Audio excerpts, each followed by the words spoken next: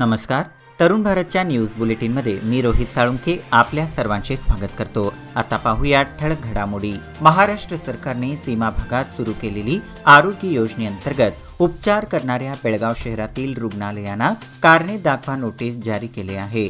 तसेच 24 तासात त्याचा अहवाल रुग्णालयाने सादर करावा असा आदेश बेळगावचे जिल्हाधिकारी नितेश पाटील यांनी बजावला आहे.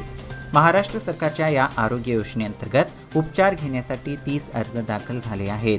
आरोग्य विभाग, कायदा विभाग, सीमा सुरक्षा आयोग, कर्नाटक प्रदेश विकास प्राधिकरण यांच्या निदर्शनास ही गोष्ट आणण्यात आली असून त्यांच्याकडून आलेल्या आदेशाचे पालन बेळगाव जिल्हा प्रशासनाकडून करण्यात येईल असे त्यांनी सांगितले आहे.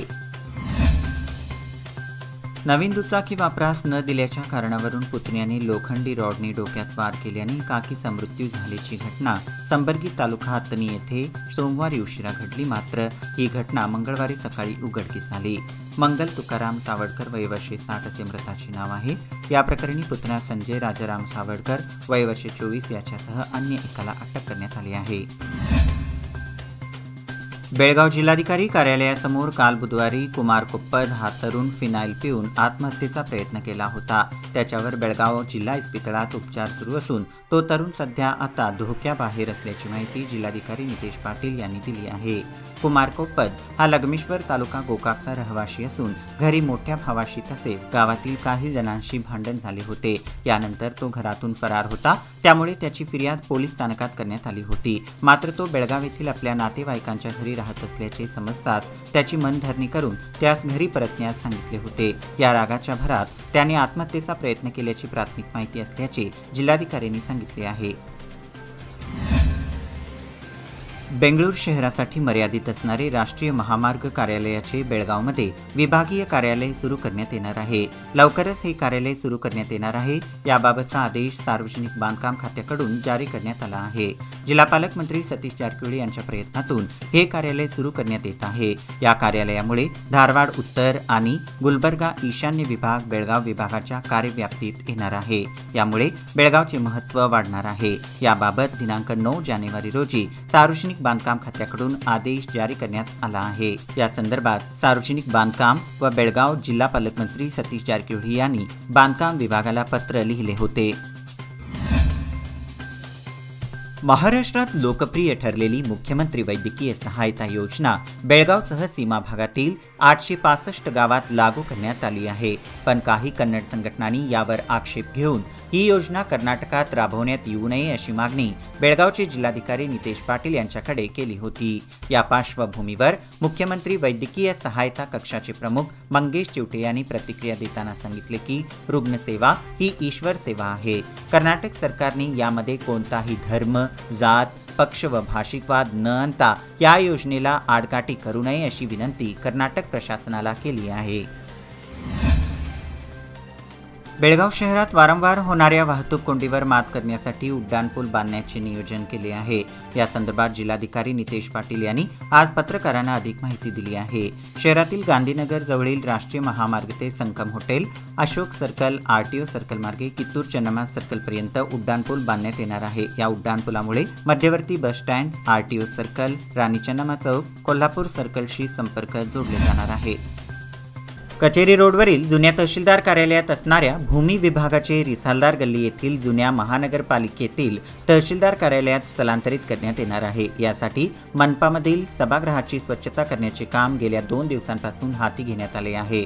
यामुळे तहसीलदार कार्यालयाच्या कारभाराला सुसूत्रता येणार असल्याची प्रतिक्रिया नागरिकांतून व्यक्त केली जात आहे. तर गैरकारभार केल्याप्रकरणी भूमी विभागातील 2 कर्मचाऱ्यांवर जिल्हाधिकाऱ्यांनी कारवाईचा बडगा उगारल्याने चर्चेला उधाण आले आहे. मच्छी औद्योगिक वसाहत व छत्रपती संभाजीनगरातील सांडपाणी मच्छे येथील स्वामीनगर येथे साचले आहे. याचा स्वामीनगरातील नागरिकांना त्रास सहन करावा लागत आहे.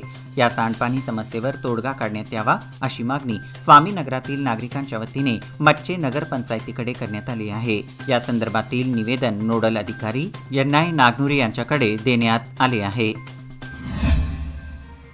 बेळगाव येथील जीएसएस पदवीपूर्व महाविद्यालयातील संगणक विभाग प्रमुख प्राध्यापिका सोनिया चिट्टी गोरल यांनी पदवीपूर्व द्वितीय वर्षाच्या संगणक विज्ञान अभ्यासक्रमावर आधारित न्यू एक्सलेंट पॉइंट्स ही पुस्तिका लिहिली आहे. त्यांनी 12वीच्या विज्ञान शाखेच्या संगणक विज्ञान अभ्यासक्रमातील महत्त्वाच्या भागावर सखोल लिखाण केले असून सोडवलेल्या 6 प्रश्नपत्रिकाही या पुस्तकेत समाविष्ट केलेल्या आहेत. यावेळी एसके सोसायटीचे व्हाईस चेअरमन SY प्रभू, निवृत्त प्राचार्य माधुरी शानभाग, एसके सोसायटीचे सदस्य अजय आसगावकर, संदीप तेंडुलकर आदी उपस्थित होते. बेळवट्टी ग्रामपंचायतमध्ये संगणक कर्मचारी या पदासाठीची नेमणूक ग्रामपंचायतने स्थानिक नागरिकांना विश्वासात न घेता केलेली आहे. त्यामुळे ही नेमणूक बेकायदेशीररित्या असल्याची तक्रार ग्रामपंचायत कार्यक्षेत्रातील ग्रामस्थांकडून होत असून सदर संगणक कर्मचारी नेमणूक योग्य पद्धतीने करण्यात यावी अशी मागणी भारतीय जनता पार्टी बेळगाव जिल्हा युवा मोर्चाच्या वतीने करण्यात आली आहे. दारोळी तालुका खानापूर येथील श्री स्थळोबा देव मंदिराचा जीर्णोद्धार करण्याचा संकल्प ग्रामस्थांनी केला असून या मंदिराच्या भूमिपूजन व पाय खोदाई कार्यक्रम नुकताच करण्यात आला. यावेळी झालेल्या कार्यक्रमाच्या अध्यक्षस्थानी प्रगतिशील शेतकरी शिवाजीराव देसाई होते.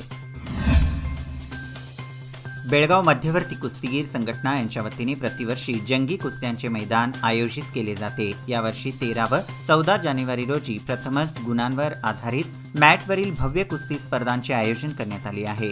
बेळगावच्या प्रसिद्ध आनंदवाडी आखाड्यात आयोजित करण्यात आलेल्या राज्यस्तरीय बेळगाव केसरी मॅटवरील कुस्ती स्पर्धा महिला व पुरुष गटात तसेच विविध वजनी गटात आयोजित करण्यात आली आहे. तसेच बेळगाव केसरी, बेळगाव बाल केसरी, महिला बेळगाव केसरी खिताब पटकाविणाऱ्या विजेत्यांना चांदीची गदा, रोख रक्कम, प्रमाणपत्र व चषक देण्यात येणार आहे. निपाणी शहर व परिसरातील ग्रामीण भागात सध्या ऊस तोडणीची कामे गतीने सुरू आहेत. यंदा ऊसाचे उत्पादन कमी असले तरी सर्वच साखर कारखान्यांची तोडणी यंत्रणा सक्षम नसल्याने तोडणीची कामे अत्यंत मंद गतीने सुरू आहे. मुख्य पीक असलेले तंबाखू पीक देखील कापणीला आले आहे. पण वातावरणातील बदल आणि निर्माण झालेली पावसाची शक्यता यामुळे शेतकरी चिंताग्रस्त बनला होता. 4 दिवसापासून निर्माण झालेल्या या परिस्थितीमुळे वातावरण स्वच्छ आणि निरभ्र कधी होणार याकडे शेतकऱ्यांच्या नजरा लागल्या असताना गुरुवारी अपेक्षेप्रमाणे वातावरण स्वच्छ व ढग निरभ्र झाले. त्यामुळे शेतकरी वर्गाचा जीव भांड्यात पडला असून काहीसे शेतकरी चिंतामुक्त झाले आहेत. निपाणी शहराला तालुक्याचा दर्जा प्राप्त झाल्यापासून शहराची उद्योग व्यवसायात देखील मोठ्या प्रमाणात प्रगती सुरू झाली आहे. अनेक नवे उद्योग व्यवसाय निर्माण होऊ लागल्याने ग्राहकांची संख्या वाढत आहे. यामुळे साहजिकच वाहनांची संख्या वाढत आहे. शहरात ठिकठिकाणी वाहतूक कोंडीची समस्या निर्माण होताना पालिका व पोलीस प्रशासनाकडून काही वेळा कारवाईचा बडगा उगारला जातो, पण ही कारवाई तात्पुरतीच असते. सध्या मुरगोड रोडवर होणारी वाहतुकीची कोंडी एक गंभीर समस्या बनत असून वडाप वाहनांची वाढलेली संख्या या परिसरातील समस्याचे मूळ कारण आहे. याबरोबरच हे बुलेटिन इथेच संपलं. ताज्या घडामोडींकरिता पाहत रहा तरुण भारत न्यूज चॅनल. तसेच आमच्या चॅनलला लाईक करा, शेअर करा आणि सबस्क्राईब करायला विसरू नका. विश्वासार्ह बातम्यांसाठी दररोज सकाळी वाचा दैनिक तरुण भारत. धन्यवाद.